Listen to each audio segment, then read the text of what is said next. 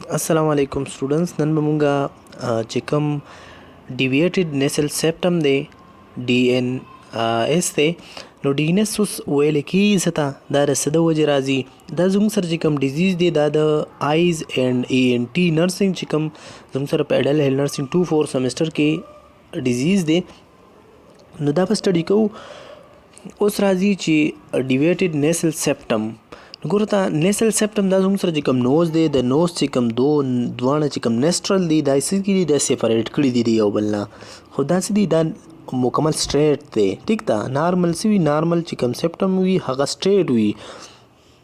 نو د دې انټروډکشن دا دی کنه چې a deviated nasal septum is a condition in which the nasal septum the thin structure that divided the nasal cavity into two nostril is displaced from its center portion. ګوره ته په سنټر پورشن باندې چې کوم دنو دواړه څه کړي دي هغه ډیوایډ کړي یو دې سایډ ته او بل دې سایډ ته ټیک ده. نو خو دا خو د نارمل سیپټم مونږ خبره کوو ټیک ده خو چې کله بیا ډي ان اس راشي نو ډي ان اس مطلب ډیویډډ نیسل سیپټم چې کوم دی هغه کې څه وشي دا خپل انګل چې کوم دی نو هغه سټریټنس هغه چینج کی ټیک ده. اوس کازز به خبرو کو چې کم کازز راتللی شي نو ټراما چې کوم دی د هغې د وجې هم کېدلی شي فار ایگزامپل چې کوم دی نو نوز چې کوم دی نو هغه ټراما وشي نو د هغې چې کوم نارمل لاین دی هغه شي خپل انګل چې کوم چینج کی. نو ډیولپمنټل ویریشن سره دا هم راتللی شي مطلب یو پرسن داسې دی چې هغه د وړوکوالي نه چې کوم دی یا کنجنټل ابنارملټي هم درته راتللی شي. ګروث ابنارملټي دا هم راتللی شي چې یو پرسن داسې چې هغه ګروث ډېر زیات ایکسیسیو وشي نو د هغه نارمل چې کوم سیپټم دی نو هغه څه کې ډیویټډ کېدلی شي.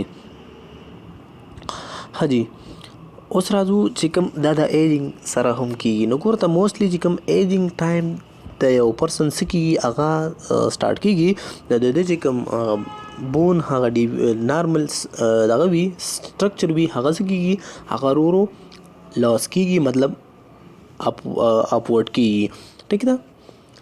اوس راځو ټایپس چې کوم دی نو د دې هغه څه طریقې سره دي د ټایپ سوال مخکې مونږ تاسو ته یو ورکو ریکویسټ کوو تاسو په کیمین نرسنګ لیکچر احمد یوټیوب چینل وی نو پلیز سبسکرایب کړئ او بل د آیکن هماهه دبو کې چې نوې ویډیو کا تاسو ته په اسانه ملو شي. اوس ټایپ سری پہله د انټیریئر ډیسلوکیشن دی دویم د سی شیپ ډیسلوکیشن دی بل اس شیپ ډیفورمیټي د کوم بایلیټرلز او تمګ وایو اور دا شانتي 4 نمبر چې کوم دی هغه سپورس شیل لایک پروجیکشن دی یا تھکننگ اف چې کوم سیپټم دی ټیک ده. نو دا ټول ټایپس دي دې ته تاسو وګورئ دې کې تاسو به دا سټرکچر چې کوم په اسانۍ سره چې کوم معلوم کړئ. ګوره ته انټیریئر یا کاوډل سیپټم ډیویټډ ورته ویل کېږي لکه اوس ګوره د نارملی څه دي هغه دغه شانتي سټرکچر دی صحیح ده د څه شي د سیپټم چې کوم دی نارملی داسې دی دا موږ څنګه وګورئ فار ایگزامپل داسې دی هغه داسې ووالو ټیک شو. نو د دې چې کوم اوس د دې انټیریئر د سټرکچر څنګه وي هغه دغه شانتي وي ټیک ده د خپل نارمل چې کوم لیر دی د هغې نه څه شوي ډیویټډ شوی دی خیال دی دغې ته موږ څه وایو دغه پهله نمبر کاوډل یا انټیریئر دی. نو دې سټرکچر ته تاسو وګورئ یو مطلب یو سیټ ته چې کوم نو تلي دویم چې کوم سی شیپ دی نو سی شیپ دا ډیویشن هم دغه شانتي د نسل چې کوم سیپټم دی داسې وي بل دی اس شیپ دی چې کوم زموږ سره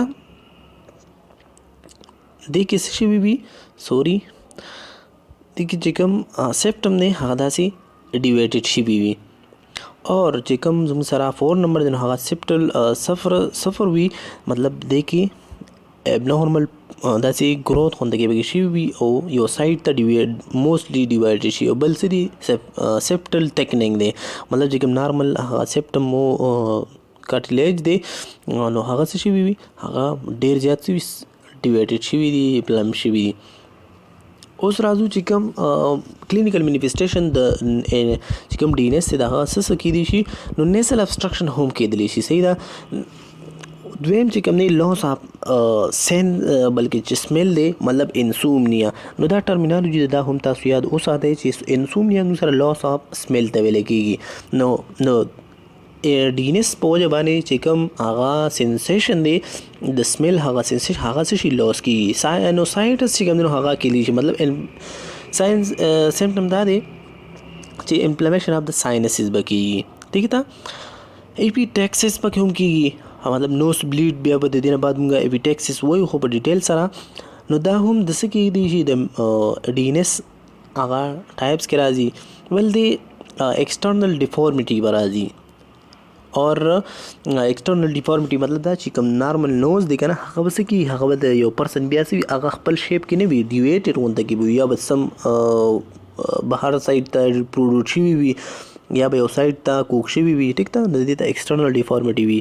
ول میډل چې کوم هغه د ایر انفیکشن چې کوم دا ساين سیمټم د دې کېدلی شي.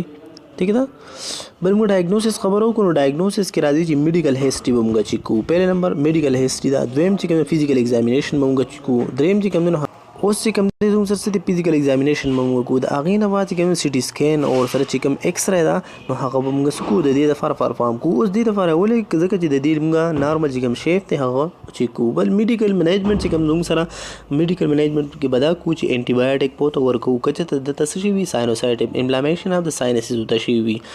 بل څه دي سایلاین اریګیشن بوته پریفر کوو چې که چېرته نسل ابسټرکشن شوي وي، مطلب نوز څه شوي هغه کلو ابسټرکشن پکې شوي، بلاکیج پکې وي، نو په سیلاین باندې څه کوي اریګیټ کول پکار دي چې څه کې اوفن شي. نسل ډیکنجسټ مطلب نسل ابسټرکشن ورته شوي وي نو هغې دپاره به ورته هم دغه شانتې سیلاین اریګیشن کوو. بیا هیومیډیفایر به ولورکو چې کوم د فار ایگزامپل نوز داسې وي که نه چې هغه مکمل ډرای وي، نو د هغې د وجې چې کوم څه کېدی شي هیومیډیفایر هم موږ اپلای کولی شو. بل راځي چې کوم سرجیکل منیجمنټ دی نو ایز ا سیپټوپلاسټي به ولګو. سیپټوپلاسټي مطلب کوم چې کوم سیپټم دی که نه د هغې هغه واپس ریکنسټرکشن به ولګو. دویم چې کوم دی ایز ا سرجیکل منیجمنټ سب میوکوسل ډیسیکشن به ولګو. تاسو د لاندې پکچرز کینې نو دا یې ولس کړي دي بیفور د سرجري او آفټر د سرجري څه شي واپس ریکور شوی دی. ٹھیک ده، او دغه چې کوم سیپټو چې کوم کارټیلیج دی ٹھیک ده نو دا ولس کی خپل نارمل پوزیشن ته ول واپس کی ریکور کی. ٹھیک ده،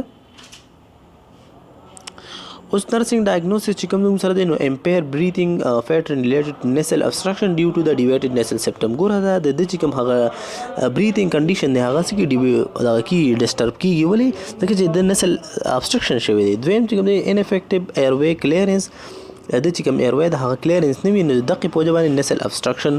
ٹھیک ده، نو نسل ابسټرکشن چې کله په نوز کې وي نو د دقې وجې د انهیلیشن ایکسلیشن نه کېږي.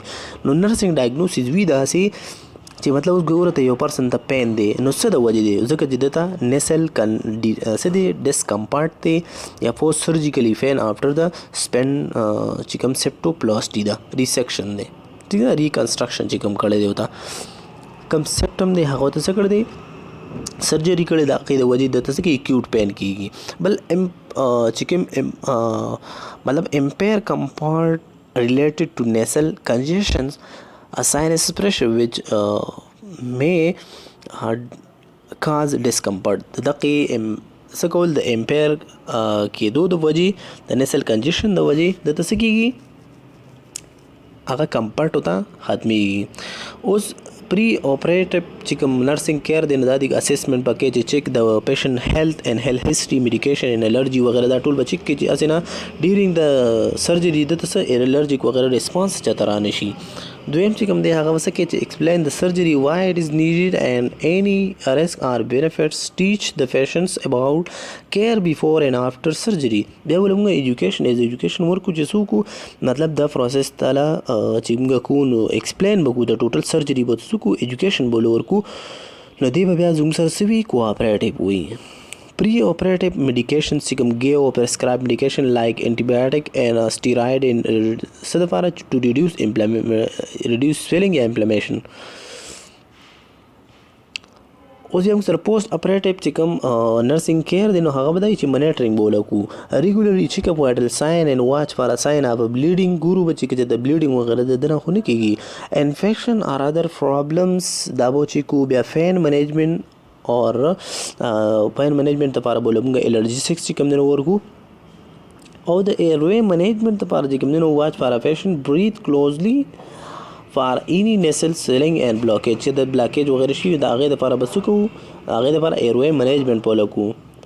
position بوله د head څخه change کو. follow up care make sure the patient has follow up appointment with the surgeon to check their progress and remove any پینک سټرکچر.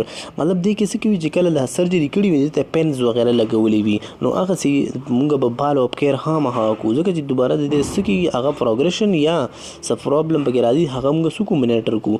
نو دا زموږ سره چې کوم دی نو دا د DNS لیکچر هغه تاسو وکړو. جزاک الله خیره. خدا حافظ.